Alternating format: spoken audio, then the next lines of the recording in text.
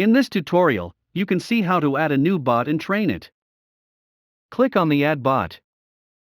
This is a filter where you can exclude markets from the pair list. The checked items are excluded. Here you can select the trading pair which you want to add to this bot. You can type the name of the token which you are looking for, and then select it from the list.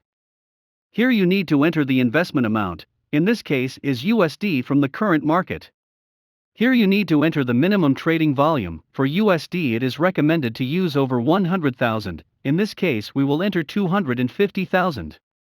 Please note that this will also affect the training results. Now click on the Learn from Coin History button, in order to train the bot for this pair.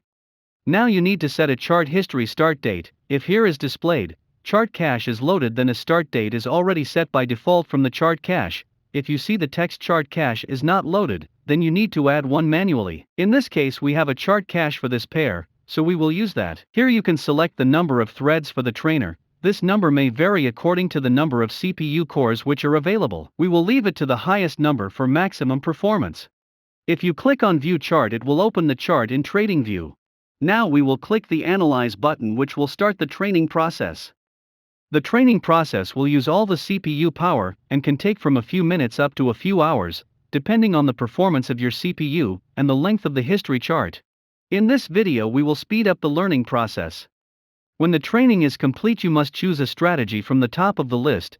You can choose one with more number of wins for more frequent trades, or with less wins for higher profits in a single trade. You should choose one from the top 10, usually the best one is the top one. The list is sorted by highest reinvested win percent. Please note that the reinvested win percent is just a reference for the learned history. In live trading it can do better or worse. But in this case we will choose this one, because the top one has too few number of wins which will result in less trades. Then click Apply Selected Settings.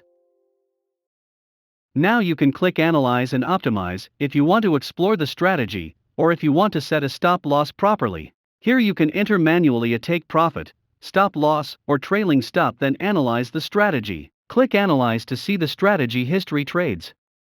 Please note that this is just to help you choose a strategy. The trades may not always match the live trades, as the indicators are different in live trading than in history. You can try different stop loss values and see how they perform against the history. Or you can use the Optimize function to find these values automatically, which we will cover in another tutorial. When you are done, click Apply Current Settings to keep your stop loss, take profit and trail stop settings. Then click OK to save the new bot and you are done. Now you have a new trading bot ready.